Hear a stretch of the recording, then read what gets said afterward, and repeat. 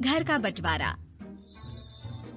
अरे विनोद, तूने हलवाई को सारा सामान तो दे दिया है ना? अक्षय की शादी में कोई कमी नहीं रहनी चाहिए। आखिर सबसे छोटा भाई है तुम सबका। हाँ माँ, आप चिंता मत करो, मैं पूरा ध्यान रखूंगा। मंगल बेटा, तूने तो कहा था कि फूल का ऑर्डर दे दिया है, यहाँ तो फूल पहुँचे ही नहीं। अब क्या बहू की विदाई के बाद फूल आएंगे? माँ, मैंने अभी बात की है फूल वाले से, वो रास्ते में ही है। आप किशोर भैया से क्यों नहीं कहती कुछ करने को? किशोर पहले ही मेरे बताए काम कर रहा है। पास के सभी रिश्तेदारों और मोहल्ले वालों को कार्ड वही तो देकर आया था। रिसेप्शन के लिए हॉल भी उसी ने बुक किया था। टेंट कुर्सी वालों को भी तो वही देख रहा है। पर कई मोहल्ले वाले तो हमारे भरे पूरे परिवार से जलते भी है, उन्हें बुलाने की क्या जरूरत थी? बेटा, शादी ब्याह में तो बुलाना ही पड़ता है, नहीं तो लोग क्या कहेंगे। दादी दादी देखो ना, हलवाई अंकल हमें लड्डू नहीं दे रहे, आप इनको डांटो ना। अरे चैन सुख दे देना बच्चों को लड्डू, क्यों तंग कर रहा है इन्हें? बीबी जी, मैं कहाँ मना कर रहा हूँ, लेकिन लड्डू बनते ही ये बच्चे उठा उठा कर खा लेते हैं। अरे मैं तो इन्हें थाल में रख के परोस भी नहीं पा रहा। भागो, अब कोल्ड ड्रिंक पीने चलते हैं। भागो भागो, अब कोल्ड ड्रिंक पीने चलते हैं। जैसे कि आप देख रहे हैं, आज इस घर के सबसे छोटे बेटे अक्षय की शादी है। घर में बहुत चहल पहल है। कुलभूषण की बीवी कमला को फुर्सत ही नहीं है कामों से, लेकिन कुलभूषण और घर के बाकी लोग कहाँ हैं? आइए देखते हैं। अजी, आप यहाँ आराम से बैठकर गाने सुन रहे हो और घर में अभी तक इतने काम बचे हैं करने को। अरे भाई, मेरे सबसे छोटे बेटे की शादी है, इसके बाद तो मैं अब चिंता मुक्त हो ही जाऊंगा।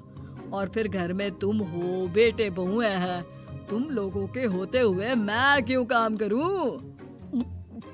मैं तो शान से बेटे की शादी में जाऊंगा तैयार होकर। अरे ठीक है, अब आप आराम ही कीजिए। एक बार अभिषेक की बीवी आ जाए, फिर मैं भी आराम करूंगी और मेरी चारों बहुएं पूरे घर की जिम्मेदारियां संभाल लेगी। इतना कहकर कमला वापस अपने काम में लग जाती है।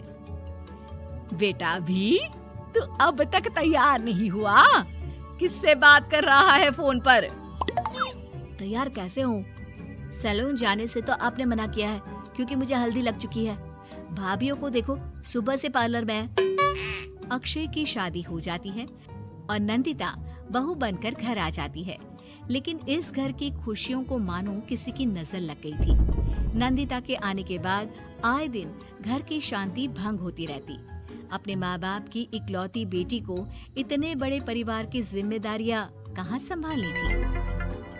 अभी देखो ना, मेरे हाथों की मेहंदी भी अभी नहीं उतरी है और तुम्हारी मम्मी ने मुझे घर के कामों में लगा दिया। मैंने सोचा था कि घर की सबसे छोटी बहू होने के कारण मुझे सब पलकों पर बिठा के रखेंगे, पर यहाँ तो पलक झपकने की भी फुर्सत नहीं मिलती। देखो नंदू, शादी के पहले ही मेरे घर वालों ने तुम्हें और तुम्हारे पेरेंट्स को बता दिया था कि मैं जॉइंट फैमिली में रहता हूँ, तो फिर अब ये शिकायत क्यों? और फिर तुमसे पहले मेरी भाभी भी तो आई थी शादी करके, उन्होंने तो कभी कुछ नहीं कहा।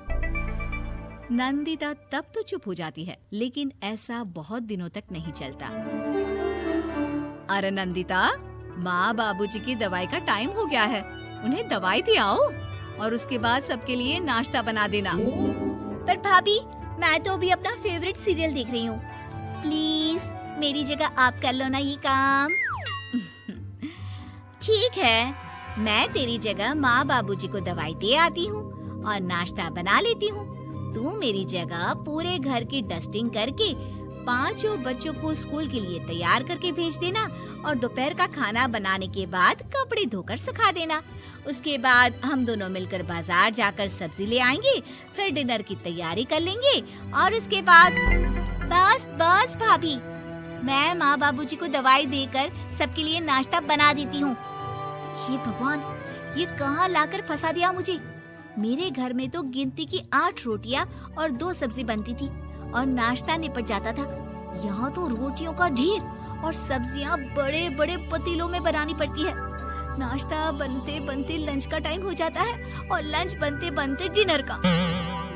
अभी मुझ में तुम्हारे पूरे परिवार का नखरा उठाने की और ताकत नहीं बची। मैं ऐसे नहीं रह सकती। अरे तो क्या चाहती हो तुम? मुझे अलग रहना है बस। तो ठीक है, हम कल ही शिफ्ट हो जाएंगे किराए के घर में। इतना बड़ा घर होते हुए हम किराए पे क्यों रहेंगे? ना जी ना, घर में ही दीवार खड़ी करो अपने हिस्से के आगे। घर के साथ साथ घर की खुशियों में भी दीवार खींच जाती है। ऐसे ही कई महीने बीत जाते हैं और नंदिता माँ बन जाती है। बच्चे के आने से अभिषेक के कंधों पर खर्चों का बोझ आ पड़ता है। अभिषेक का बोझ कम करने के लिए नंदिता भी पार्ट टाइम जॉब कर लेती है, लेकिन इससे उसके सर पर नौकरी, घर और बच्चे की जिम्मेदारी बढ़ जाती है। नंदिता, ये क्या है?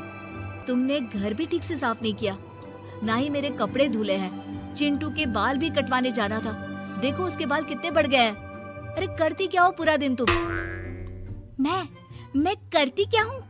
तुम्हारा नाश्ता और लंच बनाने के बाद चिंटू को डे केयर सेंटर पर छोड़ कर आती हूँ, फिर खुद ऑफिस जाती हूँ। पूरा दिन काम करके आने के बाद बिना आराम किए बाजार से सब्जियाँ लेकर आती हूँ, घर आकर खाना बनाती हूँ, चिंटू को देखती हूँ और क्या करूँ मैं? तो किसने कहा था अपने सर पर इतने काम लेने को? मत जाओ ऑफिस। ऑफिस जाए बिना घर के खर्चे कहाँ से पूरे होंगे? चिंटू की डे केयर का खर्च, उसके लिए बेबी फूड का खर्च, प्रेस वाले का खर्च, ये सब तुम्हारी सैलरी से होता नहीं है। अगर परिवार से अलग नहीं होती तो इतनी मुसीबतें नहीं उठानी पड़ती तुम्हें परिवार के साथ मिलकर काम करने में दिक्कत थी, लेकिन काम तो अब भी बहुत है तुम्हारे सर पर। चिंटू को भी डे केयर भेजने की जरूरत नहीं पड़ती। उसको गोद में खिलाने के लिए दादा दादी और घर के सभी बड़े होते। उसके साथ खेलने के लिए उसके भाई बहन भी होते। मेरे तीनों बड़े भाइयों के बच्चे भी बड़े हुए हैं, लेकिन बिना महंगा बेबी फूड खाए, क्योंकि मेरी माँ और भाभियाँ बहुत अच्छे से जानती है कि बच्चे को क्या खिलाना चाहिए। बिजली के बिल जैसे खर्चे भी सब मिलकर बांट लेते थे, लेकिन तुम्हें तो सबसे अलग रहने में ही मजा आता है, तो अब शिकायत क्यों करती हो? बस करो अभिषेक, बस करो। मैं मानती हूँ कि मैं गलत थी। मेरे एक गलत फैसले ने हमें बिल्कुल अकेला कर दिया है सबसे। एक घर में होते हुए भी हम बाकी परिवार से अजनबियों की तरह रह रहे हैं। अभिषेक और नंदिता की सारी बातें घर के बाकी लोगों को सुनाई दे रही थी। तभी कमला बोल पड़ती है। अरे नंदिता बहू, किसने कहा कि तुम अकेले हो? तुम्हारा इतना भरा पूरा परिवार है ना तुम्हारे साथ। हम तो बस ये चाहते थे कि तुम अपनी गलती समझ जाओ। अगर हम तुम्हें समझाते तो शायद तुम ना समझती, लेकिन अपनी गलती का एहसास तुम्हें खुद हो गया है, तो अब तुम समझ चुकी हो परिवार में एक साथ रहने का मोल क्या होता है। मम्मी जी, मुझे माफ कर दीजिए, अब ऐसा दोबारा कभी नहीं होगा। अरे माफी बाद में, पहले मेरा पोता जरा मेरी गोद में तो दे, और तू जाकर सबके लिए चाय बना ला।